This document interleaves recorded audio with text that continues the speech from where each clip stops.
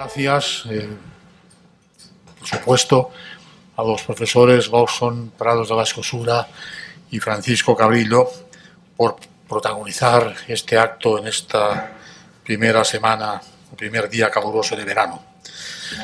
Hoy hablaremos de libertad económica, de los efectos beneficiosos de la libertad económica, de la ausencia de libertad económica y de sus efectos perniciosos, y también intentaremos arrojar alguna luz sobre lo que ha ocurrido en estos últimos años y sobre todo contestar a la pregunta del subtítulo de la sesión de hoy. ¿Somos más libres que antes de la crisis?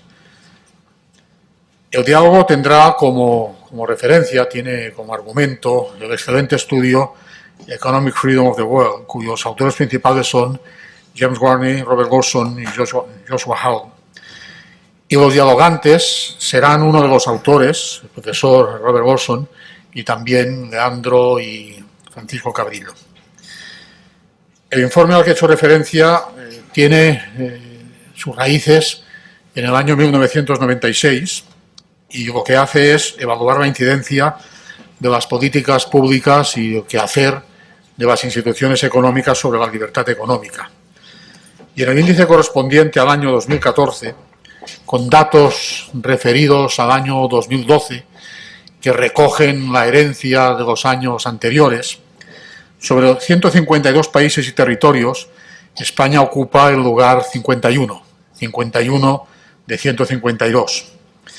En el índice que elabora The Heritage Foundation, sobre 178 países, España ocupa el lugar 49. Esto hace pensar que las cosas andan más o menos de esta forma por nuestro alrededor. Y a título de anécdota, he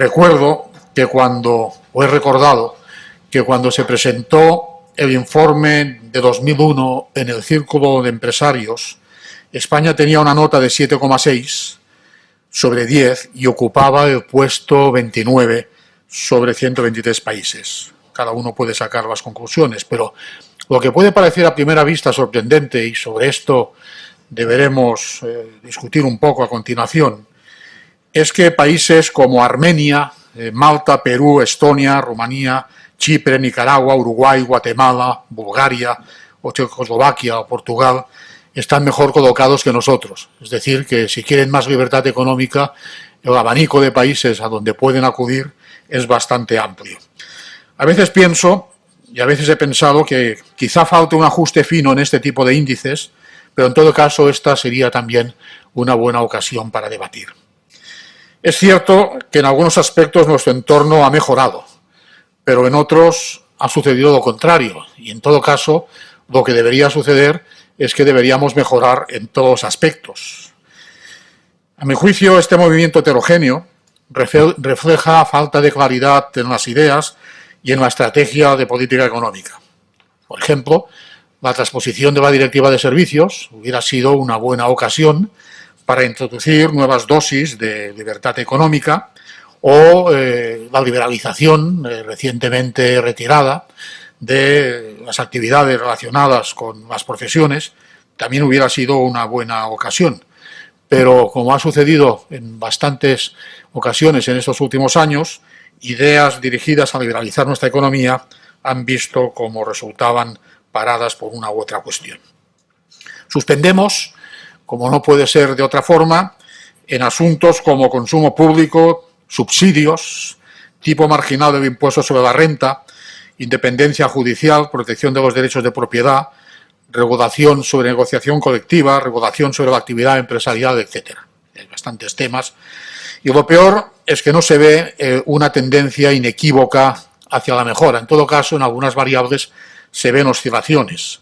Y si atenemos a lo que aparece en los medios de comunicación, la probabilidad de que el próximo índice sea peor que el actual es, yo diría, elevada. La libertad económica parece que ha quedado fuera del núcleo del debate y de las preocupaciones de los políticos. Se prefieren las transferencias de renta al incremento de renta derivado de la mejora en la actividad productiva. Para hablar de estas cuestiones tenemos el honor de contar con tres especialistas de primer nivel, especialistas que han trabajado sobre el asunto de la libertad económica, han elaborado índices de libertad económica y además lo han hecho desde perspectivas distintas.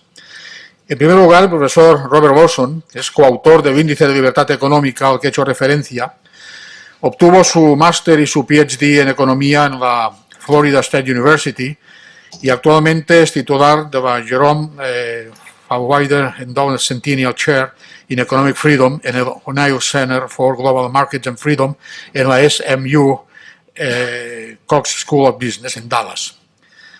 Ha enseñado en varias universidades y sus estudios han sido publicados en las mejores revistas especializadas del mundo.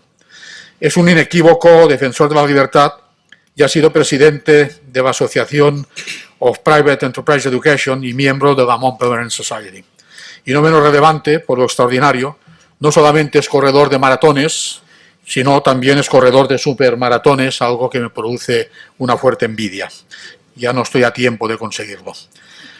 En segundo lugar, no, ya no, ya no, media maratón todavía, pero supermaratones ya no. En segundo lugar, el profesor Leandro Prados de Vascosura, él sí que es capaz. El profesor Prados de Vascosura es doctor en Historia Moderna por la Universidad de Oxford y doctor por la Universidad Complutense de Madrid. Ha sido profesor visitante en centros internacionales de primer nivel como la LSE, All Souls College, St. Anthony's College en Oxford, European University Institute de Firenze, Universidad de California, San Diego. También ha ostentado una cátedra Príncipe de Asturias en la Georgetown University y es académico correspondiente de la Real Academia de la Historia. Asimismo, ha sido distinguido con multitud de becas de investigación, autor de multitud de publicaciones. Actualmente está terminando un trabajo, y diría yo, universal sobre libertad económica en el largo plazo, sobre la base de la experiencia de los países de la OCDE, patrocinado por la Fundación Rafael del Pino, y no menos importante es catedrático Rafael del Pino. Y por último, y también no menos importante, el profesor Francisco Cabrillo es licenciado en Derecho y Ciencias Económicas y doctor por la Universidad Complutense de Madrid. También es catedrático de Economía Aplicada en dicha universidad. Posee un máster en Economía por la University of Southern California y entre otros centros y universidades ha trabajado en Princeton, Roma, Firenze y Oxford. Es autor de multitud de artículos y publicaciones y recientemente ha publicado, con el apoyo de la Fundación Rafael del Pino, el trabajo Economics of Courts and Litigation, y el pasado día 6 de mayo presentó en la Fundación el libro del que es coautor, Libertad Económica en España 2015, que consolida un proyecto iniciado en el año 2008 dedicado a analizar el grado de libertad económica en las distintas comunidades autónomas del Reino de España. También es miembro de la Mount Pelerin Society y, no menos importante, es codirector del curso sobre análisis económico del derecho que, con ayuda y el impulso de la Fundación Rafael del Pino, desde hace más de 10 años se desarrolla en la Facultad de Derecho de la Universidad de Harvard. Creo que con tales trayectorias intelectuales, índice que se publica cada año, índice referido a territorios autonómicos, índice a largo plazo que arranca de mediados del siglo XIX hasta la actualidad, creo que tanto la presentación como el debate posterior que se iniciará entre quienes me acompañan en la mesa y en su caso, porque el objetivo es terminar a las 2, puedan participar todos ustedes, creo que el debate, como digo, será de sumo interés. Gracias de nuevo a todos ustedes, a quienes nos siguen por streaming, a quienes me acompañan en la mesa y sobre todo al profesor Robert Wilson, que es el que más ha viajado para estar hoy aquí entre nosotros. Profesor Robert Wilson, buenos días. Lo siento, mi español es muy mala. Puedo hablar solamente una cerveza más, por favor. Y también, ¿dónde está el servicio? So I will speak in English. I have just enough English to speak in Cancun, but I'm afraid in Madrid it's not good enough. So good morning. I'm going to talk about the Economic Freedom of the World Index. I'm going to take this off because it's confusing to me. And Before I talk about the numbers, I would like to just explain a little bit about why we started this index 25 years ago when I was still a young student. I'm sure that Spain is very much the same as the United States when it comes to the left and the right arguing with each other. In the United States, we have Democrats and Republicans. I couldn't begin to tell you what you have here, but I'm sure you have a party on the left and a party on the right, and probably 4 or 5 more parties in between. And the arguments that we hear between politicians and that we hear amongst with our friends and neighbors and our colleagues, it can be very ideological, very heated.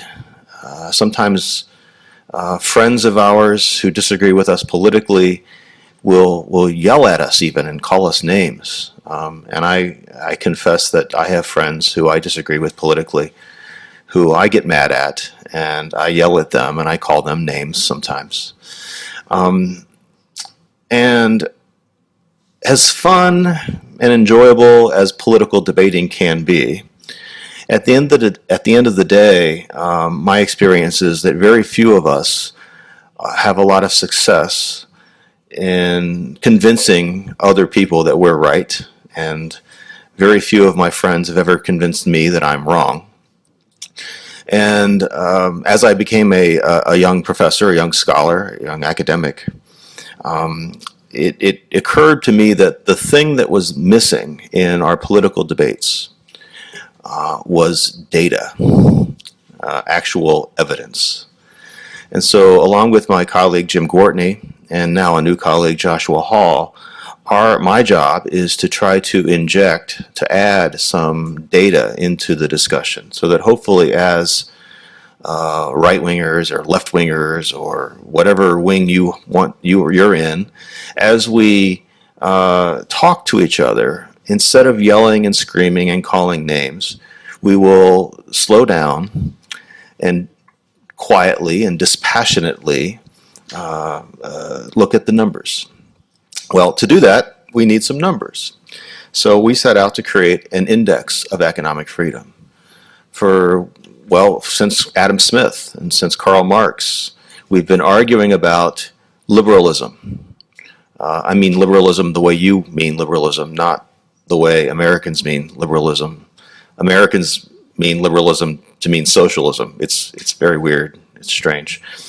But we've been arguing about liberalism, about free markets and private enterprise.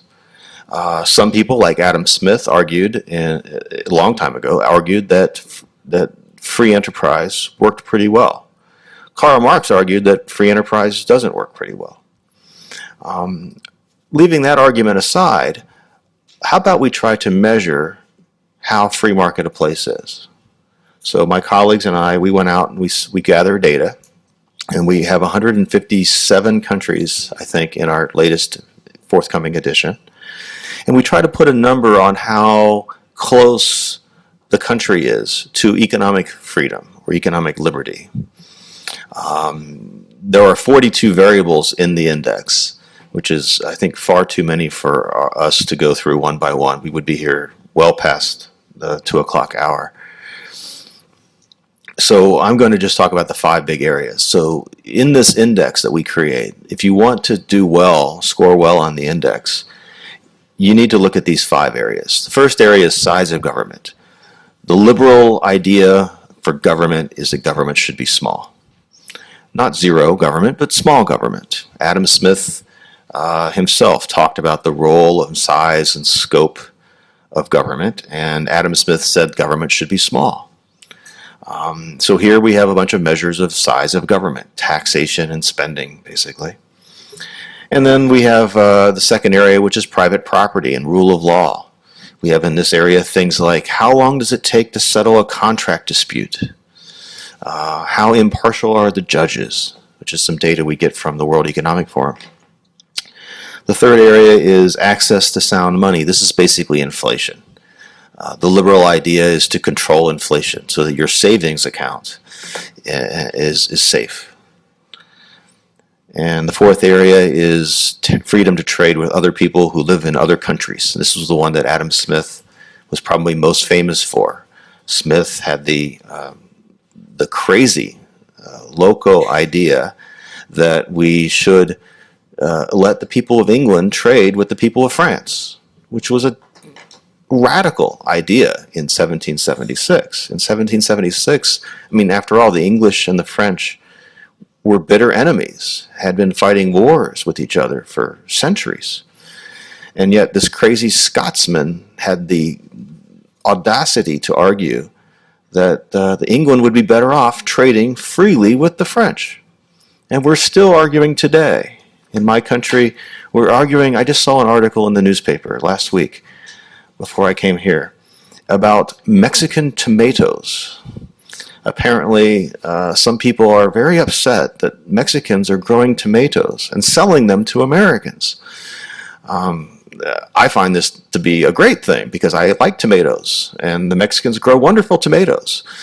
And yet some people in America are upset about that. They think that we should not be allowed to buy tomatoes from Mexico. So the argument that Smith made, which was a radical argument in his era, is still a radical argument with many people. The idea that we should be free to trade. And then the last area of our index was a lot of different variables trying to measure different kinds of regulations. Now, every country has regulations, but we're trying to get here the big ones. Minimum wages in labor markets, rules mandating severance pay when you lay off a worker, perhaps. There's a great data set on that measures how many days it takes to start a business. This is from the World Bank. The World Bank goes all over the world, and they don't actually do this, but they don't actually start the business, but they go through the thought experiment about how you would go about creating a business in Cairo, in Lima, in Tokyo, in New York City, all over the world. And they count how many government offices, how many pieces of paper, how many stamps do you need to start your business. In the United States, I think they estimate it takes about 1 month, about 30 days to start a simple business. All right. So we have measures like this. So to do well on this index, you need to have your government be relatively small. You need to have good, secure courts and private property and rule of law. You need to control inflation. You need to be open to trade with other people in other countries. And you need to be limited in the regulations. The regulations should not be too severe. So, whether you agree with those things or disagree with those things, at the end of the day, we get a measurement. A measurement on a 0 to 10 scale. A 10 will be more economically free. 10 is Adam Smith. 0 is Karl Marx, I guess. If you're a Marxist and you would like to change the scale, reverse the scale, that's fine. I don't really care. So 10 will be a country that has a small government, control of inflation, good private property, free trade, and limited regulations. So, Francisco, who's number one? In the journal, Yeah. who was Singapore? Singapore is number 2. You failed. Hong Kong is number 1. Yeah, Hong Kong is easily number 1. As you can see, they get about a 9 out of 10 on our 10-point scale.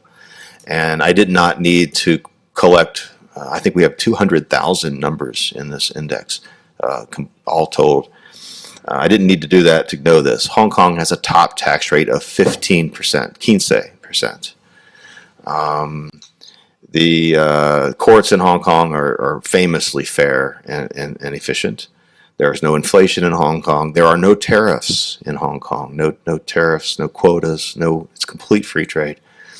And let's see, the minimum wage in Hong Kong is now, I don't know what it is in Spain, but it's now in U.S. dollar terms, the Hong Kong minimum wage is about $2 an hour, which is laughably low. It's extremely low, of course.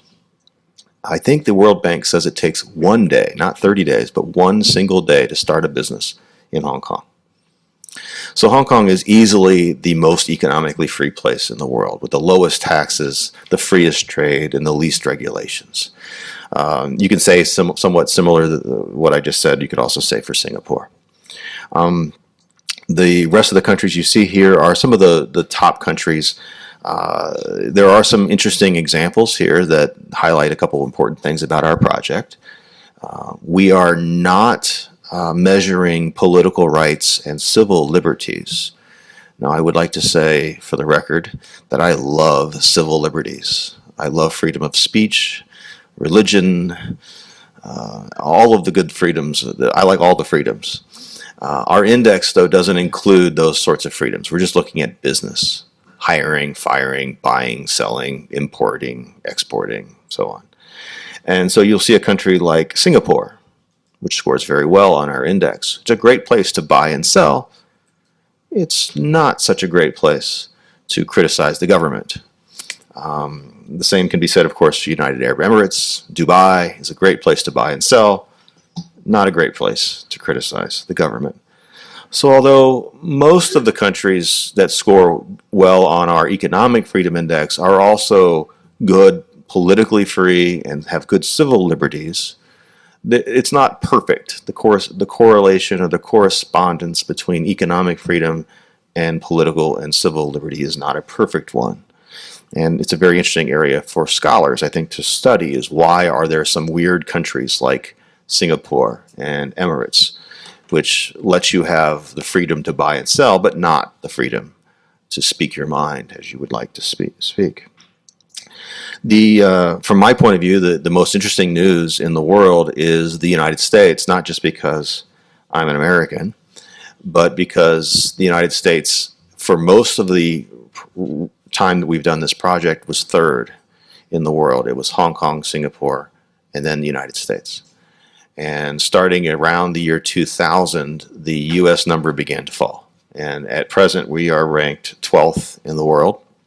I can tell you that when the next report comes out, unless there's a journalist in the room, this is off the record now, the U.S. is going to be a little bit lower, I think 16th in the next year's report. I'm not supposed to say that, but oh well, I said it. Yeah.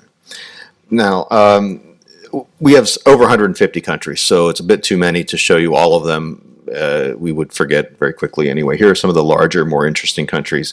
I did put, for the purposes of this talk, I did put Spain in there, and Spain ranks with a 7.3 rating and about 51st, 50th in the world or so.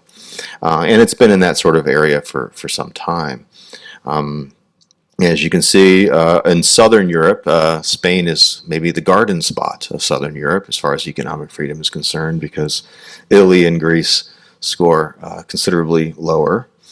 I don't really, unless there are questions, I don't need to speak much about Asia, except to mention that China scores pretty low on our index. And although China has liberalized a lot, and there are parts of China like Shanghai that are very, very liberal economically, as a whole country, our score for China is still relatively low, about a 6.4, and it puts it at about 115.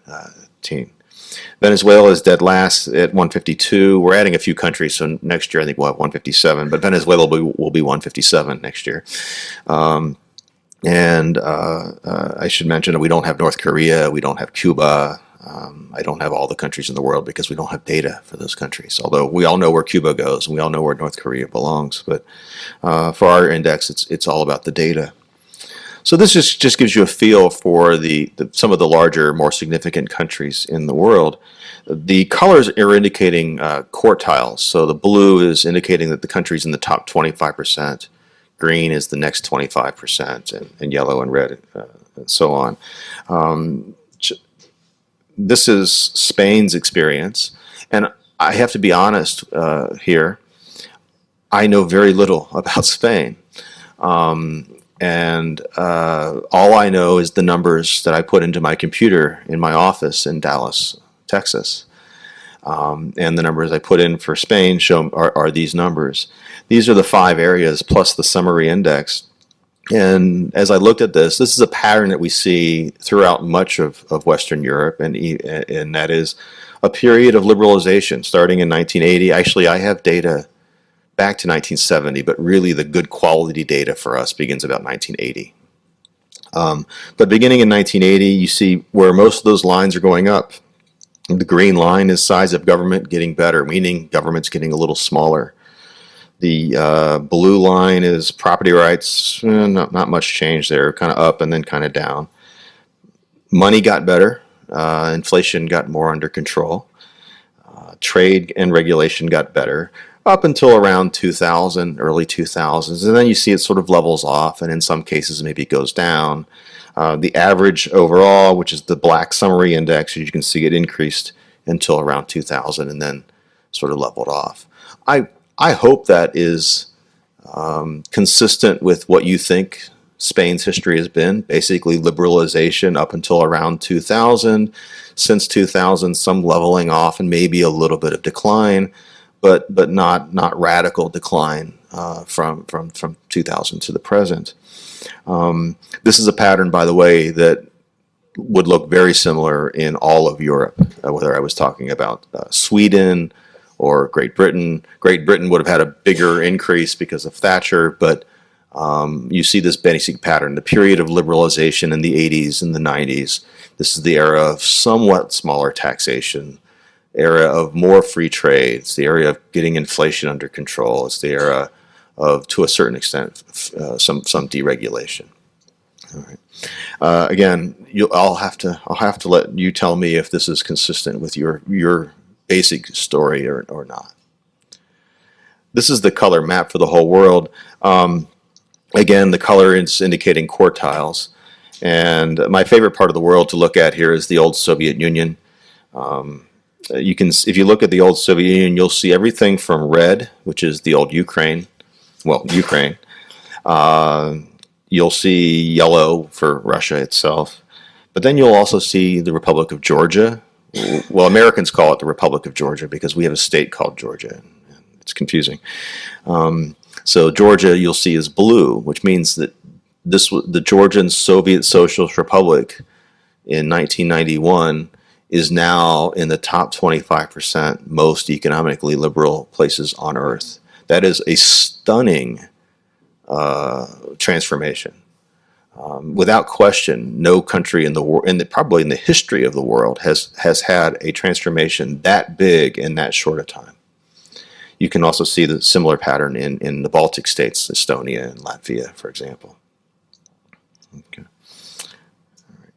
Why does all this matter? Well, for me, this all matters because with the data that we now have generated, we can start to analyze, and these are some very simple pictures, but more advanced scholarly work pretty much is consistent with this.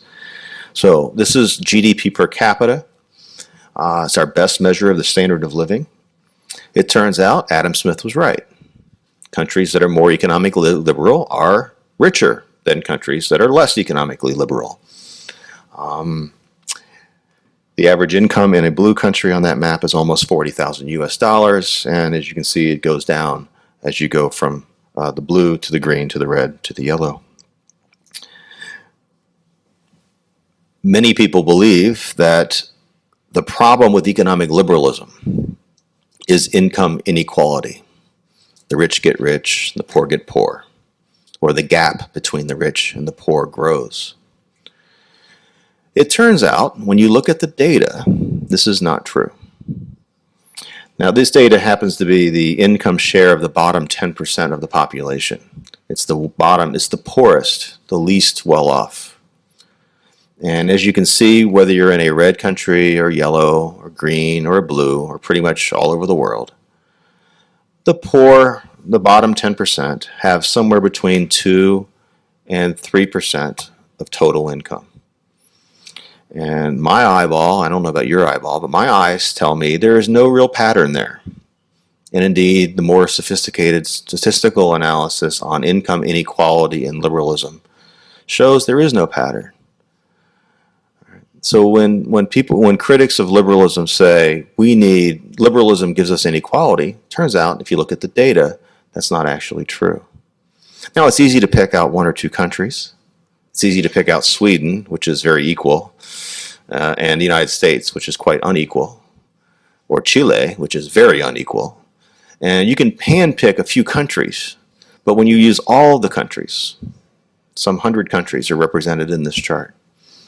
It turns out there really isn't a pattern. There is no general pattern. Unlike income levels, there is no pattern when it comes to inequality.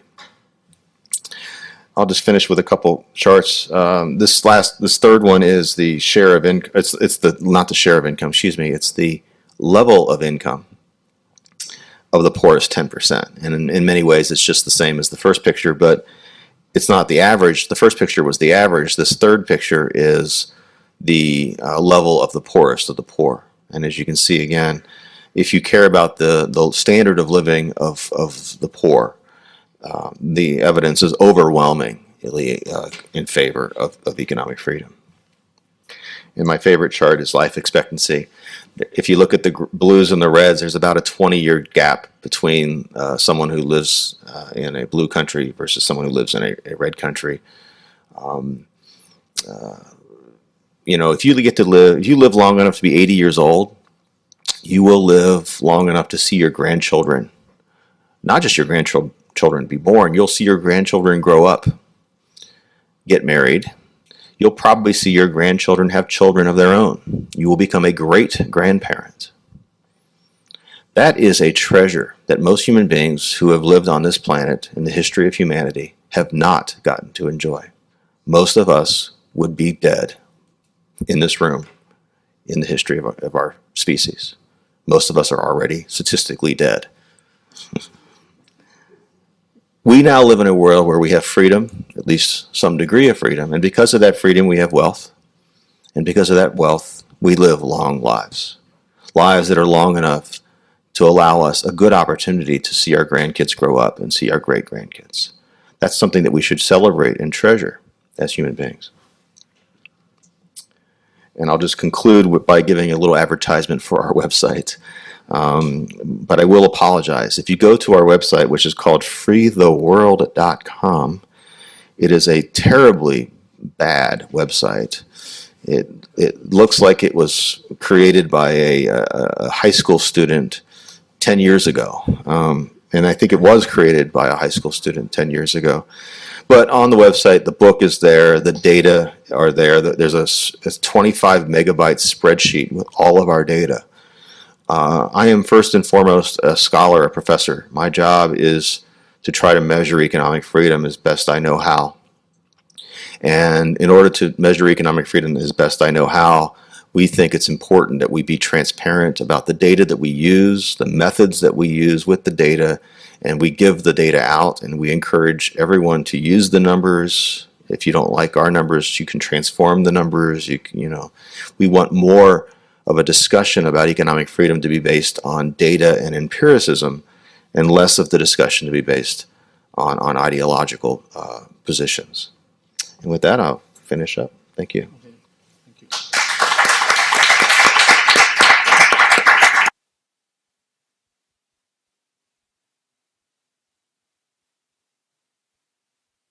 Gracias, profesor Lawson. Después de esta intervención que ha resumido magníficamente las conclusiones del trabajo sobre el índice de libertad económica, intervendrá el profesor Leandro Prados de la Escosura.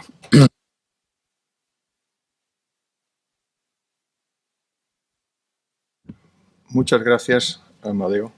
Muchas gracias a la Fundación por la invitación. Para mí es un gran honor estar aquí con un antiguo, no le puedo llamar viejo amigo, como Francisco Cabrillo. Hace casi medio siglo hicimos el doctorado juntos. Y en particular con el profesor Lawson, a quien yo hacía mucho mayor, porque lleva tanto tiempo produciendo un excelente material que no imaginaba que fuera tan joven, mucho más joven que yo, desde luego. Bien, lo que yo voy a tratar de hacer es ver en qué medida el índice, lo que se llama el Economic Freedom of the World Index, el índice de libertad económica del mundo, de Warney, Lawson y ahora Warney, Lawson y Hall, se puede extender en el tiempo y en el espacio. El espacio, ellos cubren más de 150 países, pero solo comienza en 1970 y su número de países es relativamente reducido. Es posible encontrar una medida coherente en el tiempo y que también pueda ser coherente en el espacio, el número de países. Ese es el objetivo. Debo avanzar. Este es un proyecto que ha sido generosamente patrocinado por la Fundación Rafael del Pino, pero debo decir que ellos no son responsables de los errores, solo de los aciertos del índice. Y debo decir que los resultados del índice, que cubre un largo periodo, desde 1850, es decir, de la que podríamos llamar primera globalización, como integración, entendiendo por globalización algo más que lo que nuestros amigos periodistas entienden, la integración de los mercados de bienes y de factores de producción, pues esto comienza en 1850 y termina por ahora en 2007. ¿Por qué? Porque es en la víspera de la gran recesión. Por tanto, es complementario con el índice de Warney, Lawson y Hall. Está restringido por ahora a los países de la OCDE, es decir, a los países que llamaríamos desarrollados. Son en total 21 países y, afortunadamente, hay una gran correlación entre el índice histórico y el índice de Warney, Lawson y Hall para el periodo en el que coinciden, que es de 1970 al 2007. Por tanto, eso para mí, dado que yo estoy tratando de seguir sus pasos, pues es tranquilizador. Hay una diferencia, porque él ha hablado de distintas dimensiones, yo voy a seguir las mismas dimensiones, como van a ver en un momento. Hay una diferencia, y esto lo planteo como motivo para el diálogo o la polémica, y es que yo tengo una visión distinta del tamaño del Estado. Yo creo que el tamaño del Estado, cuando estamos comparando países desarrollados en un mismo momento del tiempo, en 2015, pues posiblemente cuanto mayor es la proporción del consumo público en el consumo total, probablemente mayor es la interferencia con la libertad de los individuos, porque el Estado está suplantando a los individuos. Pero cuando comparamos países con distintos niveles de desarrollo, el resultado puede ser diferente. Por ejemplo, si tomamos Somalia, el tamaño del consumo público en Somalia con respecto al consumo público total es muy pequeño. ¿Por qué? Porque es un Estado fallido. Eso quiere decir que los estados débiles, sin llegar a los fallidos, no son capaces de proporcionar suficientes bienes públicos. Y por tanto, evidentemente estado de bienestar, por tanto el tamaño que representa el consumo público dentro del consumo total es muy bajo. Y luego, históricamente, es interesante observar algo que, en cierto modo, es paradójico, y es que conforme se incrementa en los últimos 200 años la centralización fiscal, que significa mayor recaudación, mayor es el grado de control parlamentario de los ingresos y los gastos del Estado. Por tanto, a mí me parece que, en definitiva, es más importante quizá el carácter de la acción del Estado que el volumen en sí mismo. Esta es una diferencia, lo planteo porque sé que vamos a estar en desacuerdo. Bien, más cosas que quería contar. Yo voy a hacer tres cosas. Una, voy a presentar cuál es la evolución en los países hoy día desarrollados, pero que representan un porcentaje mayoritario del Producto Interior Bruto del mundo, no de la población, pero sí de la actividad económica en el mundo. Por tanto, lo que ocurre en los países más desarrollados es en gran medida lo que ocurre en el mundo, si lo ponderamos debidamente.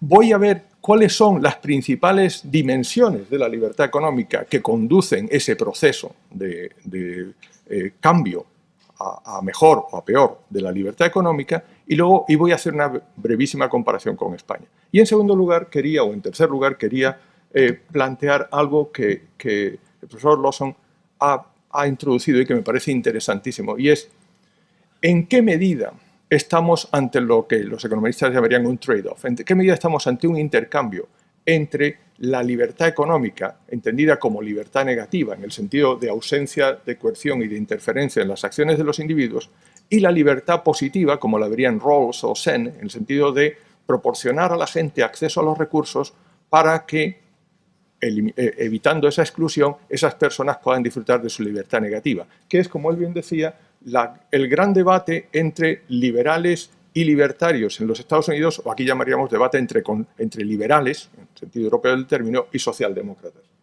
Existe un trade-off, es decir, tenemos que elegir entre una y otra. Si ustedes ven los resultados de cualquier elección política en Occidente, la gente piensa que sí.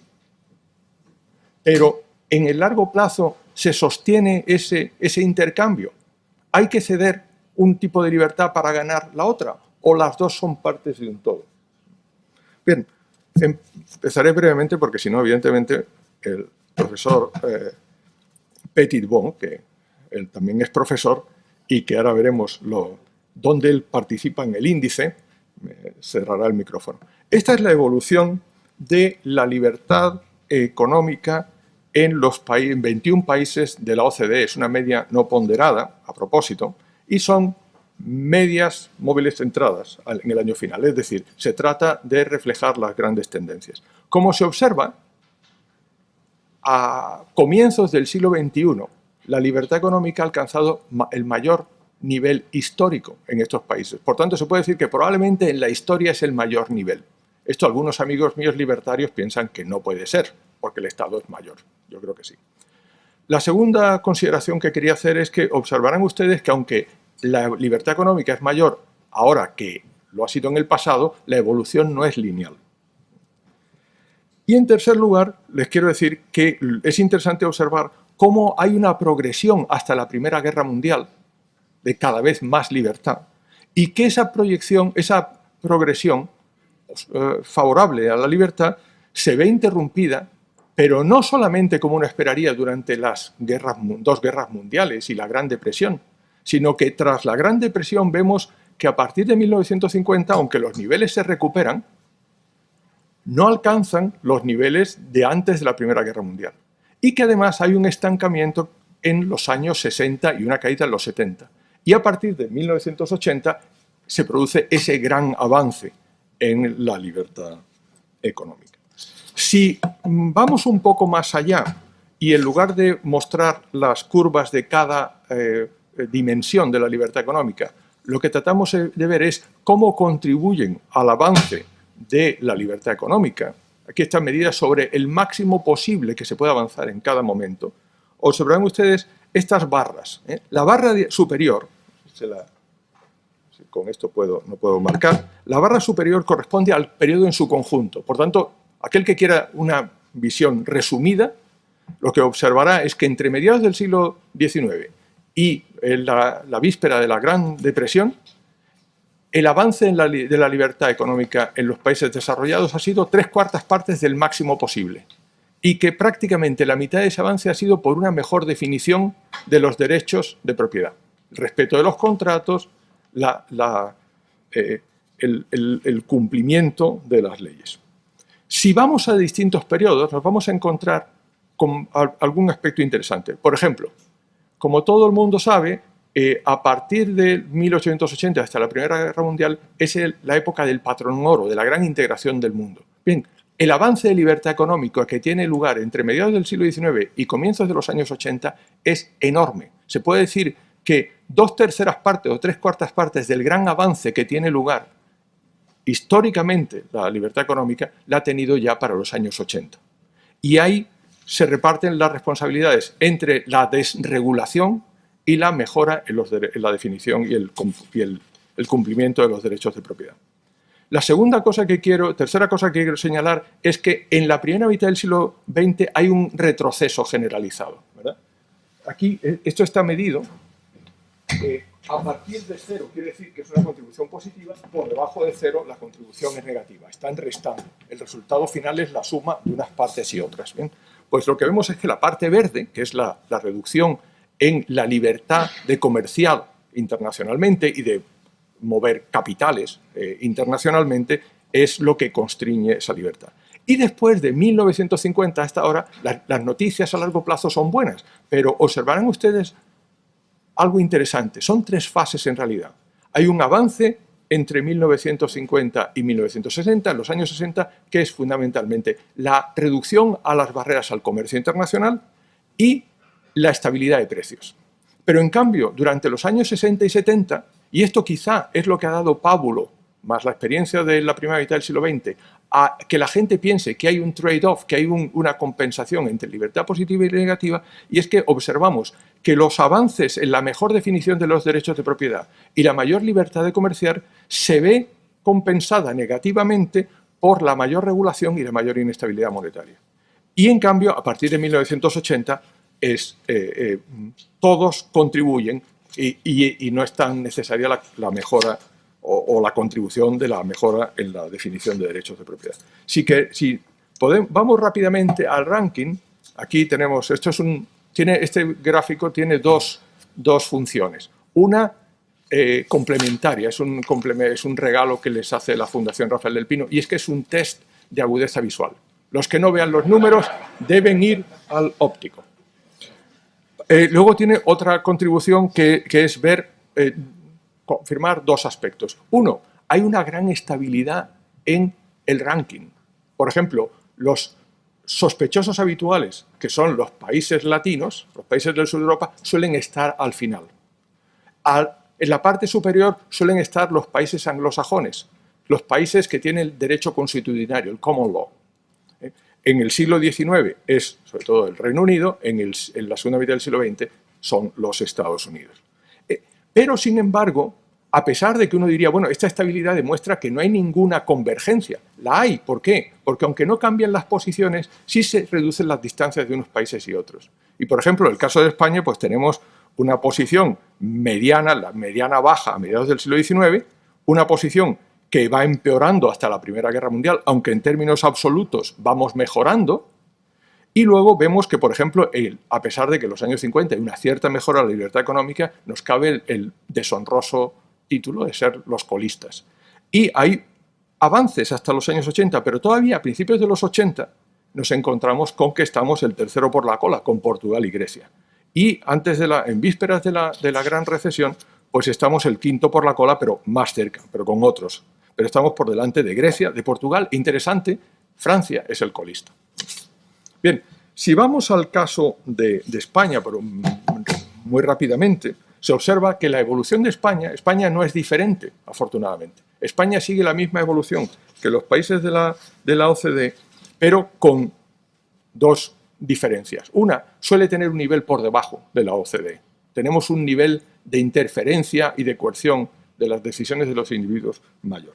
Y la segunda cuestión interesante es que, aunque la Segunda Guerra Mundial y la Gran Depresión causa un grave deterioro de la libertad económica, en España, como la recuperación de la guerra es tan lenta, piensen que el nivel de renta per cápita del año 29, que es el máximo de antes de la guerra, no se recupera hasta el 55. Eso es el resultado de la falta de libertad en las decisiones de los individuos. Y por tanto, verán ustedes que partimos de niveles bajísimos y que en el franquismo hay desarrollo económico, pero tenemos un grado de libertad muy pequeño. Y es desde finales de los 70 hasta ahora cuando se produce el gran avance. Y ustedes ahí podrán ver claramente, y lo van a ver en el gráfico siguiente, dónde está el profesor Petitbon, que es exactamente por aquí. Aquí lo tienen, es el punto, el máximo, ese pico, que es su contribución a la desregulación de la economía española, que como van a ver ahora hablando en serio, en un momento desempeña un papel muy importante. Esto lo digo totalmente en serio porque fíjense cómo en el gran avance de la economía española la desregulación tiene más importancia que en el caso de los países de la OCDE en su conjunto. O sea, la labor desreguladora en España, la apertura ha sido muy importante, pero la desreguladora ha sido más importante aún, que, por ejemplo, que la estabilidad de precios. Luego aquí, si observamos, hay pocas diferencias a marcar y no voy a entrar en ellas, pero porque me estoy quedándome sin tiempo, ¿verdad? Solamente quiero concluir con una referencia al trade-off que planteaba el profesor Lawson. Él venía a decir, y nos ha mostrado varios gráficos, donde se pone de relieve que los países de mayor nivel de bienestar son también los países más libres, ¿verdad? Básicamente ese era el mensaje. Bueno, lo que es interesante es que los liberales, en el sentido clásico del término, o libertarios, probablemente no estén tan seguros de que en un país donde hay más democracia haya más libertad negativa. ¿Por qué? Porque desde Hayek para acá, y mucho antes, quizás se identifica la libertad política como algo, digamos, una libertad positiva, como, digamos, una libertad colectiva. Y la democracia y la libertad política, la democracia liberal se suelen identificar y, por tanto, la democracia se centra en quién ejerce el poder, mientras que la libertad es quién controla, quién limita el poder. Por tanto, hay Ortega y Gasset, por ejemplo, tenía grandes reservas al respecto. Si vemos este gráfico, se puede observar, es simplemente una coincidencia, que la línea azul, que es la libertad económica, coincide con dos índices completamente distintos de libertad económica. Las grandes tendencias, se puede decir que al menos superficialmente, la evidencia disponible sugiere que a mayor libertad económica suele haber mayor libertad política y mayor democracia en los países desarrollados. Podemos ver más cosas, podemos ver qué pasa con los niveles de bienestar, incluyendo la esperanza de vida, el acceso a la educación, es decir, el desarrollo humano. Y aquí los resultados no son tan complementarios. Aquí se puede decir que en el largo plazo el bienestar es mayor donde es mayor la libertad económica, pero hay periodos, como son la primera mitad del siglo XX o los años 60 y 70, donde las cosas no son tan claras. Y por último, quiero plantear algo que está muy de moda. Una parte de ese trade-off, de ese intercambio, es la idea de que si la libertad económica es buena, nos hace más competitivos, nos hace más eficientes, crecemos más, pero a cambio vivimos en un mundo más desigual. ¿Es eso cierto? No. Las buenas noticias es que es un no condicionado. ¿Por qué? Porque aquí tenemos la representación, la línea punteada es la libertad económica, la línea continua azul es el índice de Gini, sin ponderar de los países de la OCDE. Si a mayor libertad económica, mayor desigualdad, las dos líneas serían paralelas. Como vemos, son unas tijeras. Quiere decir que a mayor libertad económica, menor desigualdad. Y naturalmente esto es un resultado empírico, porque la libertad económica, por un lado, penaliza a los grupos de presión, hace que las sociedades sean más competitivas y por tanto eso reduce la desigualdad. Pero al mismo tiempo, mayor libertad económica significa menores transferencias sociales. Por tanto, eso aumentaría la desigualdad. El resultado empírico parece ser que apunta en que la dirección es a mayor libertad, menor desigualdad. Pero, sin embargo, hay una cosa interesante y es que, con esto acabo, el señor Piketty, como saben ustedes, el profesor Piketty está muy de moda y él se centra en la desigualdad, en realidad él habla de la concentración de la renta. Él habla de cuánto de la renta de la riqueza recibe el 1%, el 1 por 1000, el 1 por 10.000 más rico. Bien, los resultados son, y con esto acabo, los que ven aquí. Y observarán algo muy interesante. Aunque no hay relación ninguna entre mayor libertad y mayor desigualdad, sí hay una relación aparentemente en la segunda mitad del siglo XX en adelante y más acentuada en las últimas décadas entre mayor libertad económica y mayor concentración de las rentas, porque evidentemente son distintas medidas de desigualdad. Muchas gracias.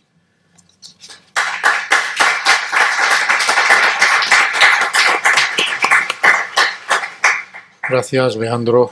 Gracias por esta primicia con los primeros resultados sintéticos de tu investigación. Y gracias por estos comentarios finales que yo creo que deberíamos divulgarlos y sobre todo regalarlos a quienes opinan justamente lo contrario, porque ya vemos hacia dónde conducen estas ideas absolutamente equivocadas.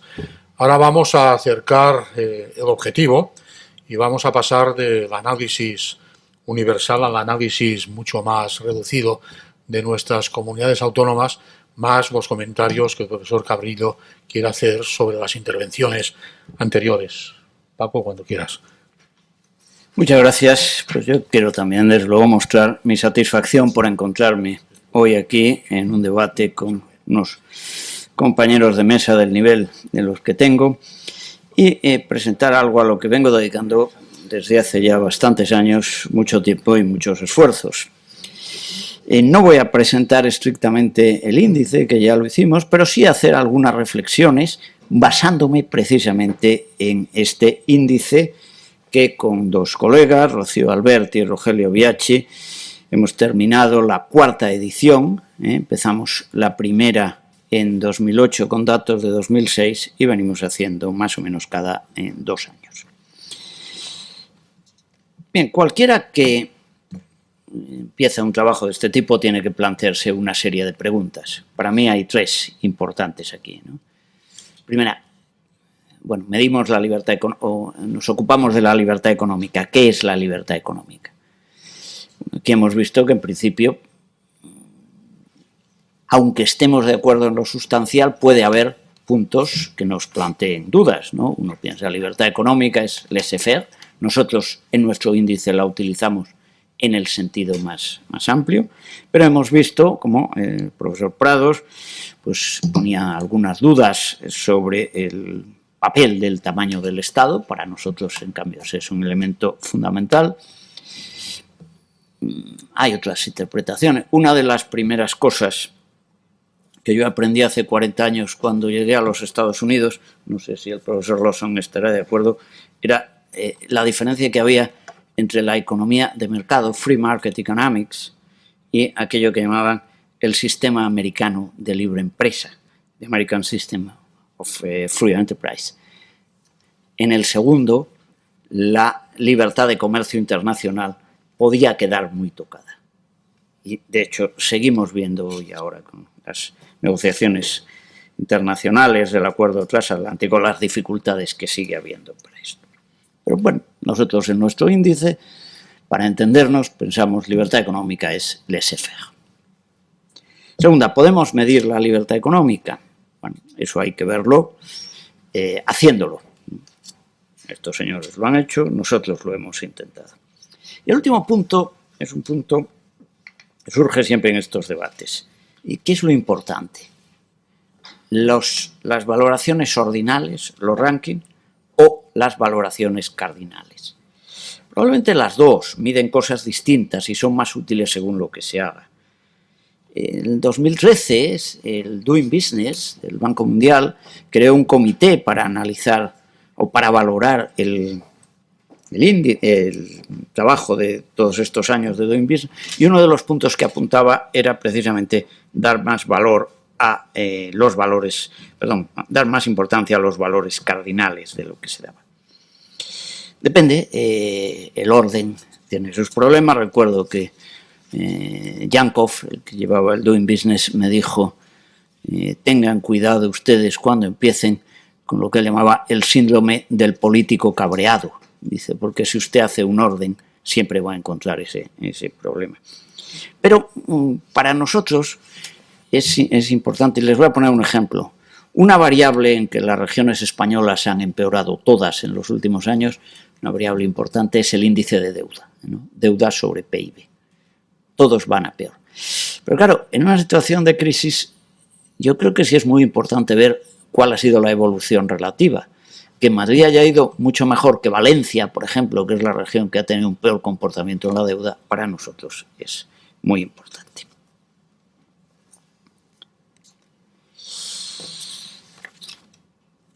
El índice, los índices regionales tienen que tener sus peculiaridades y no pueden ser iguales en todos los países, porque para hacerlo lo que nosotros necesitamos es tomar una serie de indicadores que reflejen políticas en las que las comunidades tienen competencia, las ejercen y esto da como resultado diferencias significativas. Y siempre pongo como ejemplo que nosotros no incluimos algo que en los índices regionales americanos es importante, como que es el mercado de trabajo. El mercado de trabajo es nacional, queda fuera. Entonces, tenemos que analizar esto siempre mirando al Estado.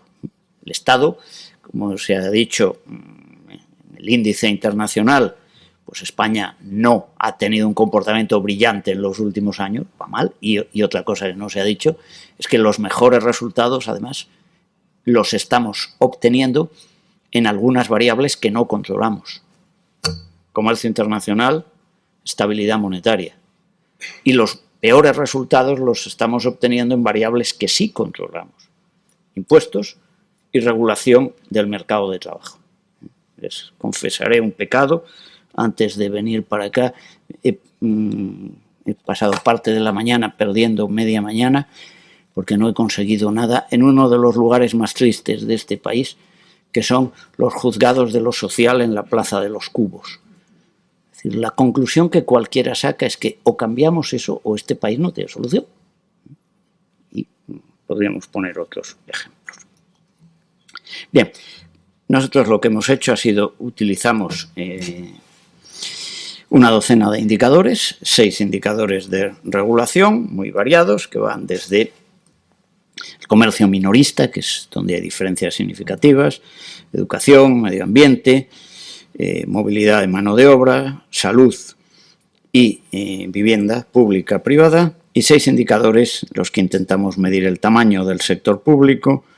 Son bastante más fáciles de calcular que los primeros, por cierto: gasto público, esfuerzo fiscal, es decir, es presión fiscal ponderada por renta per cápita, deuda pública, empleo público, entendido por empleo público el de las comunidades autónomas, no todos los empleados públicos, es decir, no incluimos empleados de Hacienda del Estado central ni de los ayuntamientos, impuestos y transferencias.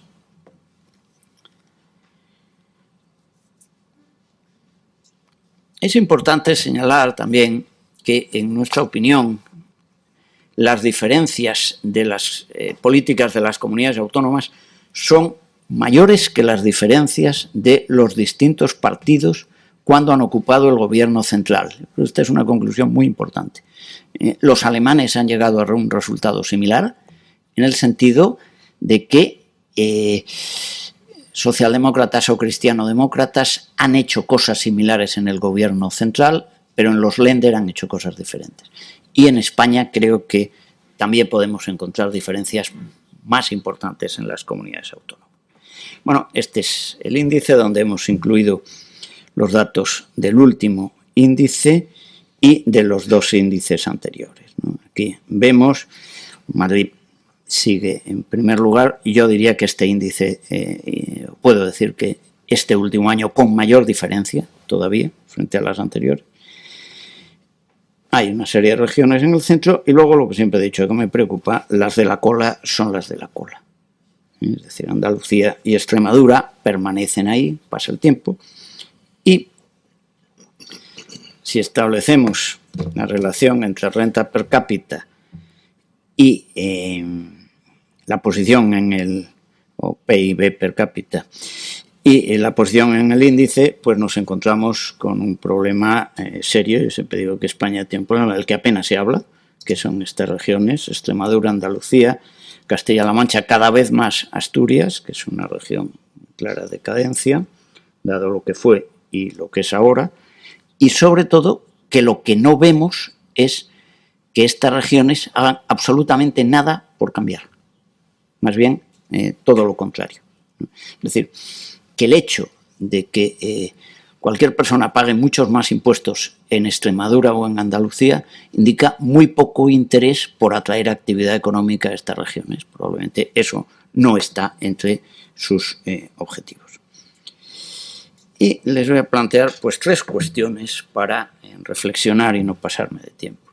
Una, el problema típico de la variable dependiente e independiente, porque se puede decir, bueno, es que Extremadura gasta más porque es más pobre y entonces necesita más gasto público. Bueno, pero cuando observamos la realidad, los índices internacionales, vemos que esto en otros sitios no es así. Los países con mejor puntuación en el índice de libertad económica internacional no son los países más ricos. Como digo aquí, Estonia tiene mejor puntuación que Alemania. Y si miramos el índice regional de los Estados Unidos, nos ocurre lo mismo. Tennessee, que es el que tiene la puntuación más alta, es el equivalente a nuestra Extremadura, pero con políticas diferentes. En cambio, Nueva York tiene una puntuación mucho peor en el índice de libertad económica. ¿Por qué? Porque uno puede diseñar la política de muchas maneras. Fíjense mi conclusión final cuando digo una demanda de competencia institucional, ¿no? Lo que aquí estamos planteando es que se puede competir con las políticas económicas. Lo sorprendente es que en España quienes más deberían competir no lo están haciendo. Ganan las elecciones, se mantienen en un status quo en el cual están recibiendo fondos de Europa, fondos del resto de España, y no parece haber ningún interés en cambiar.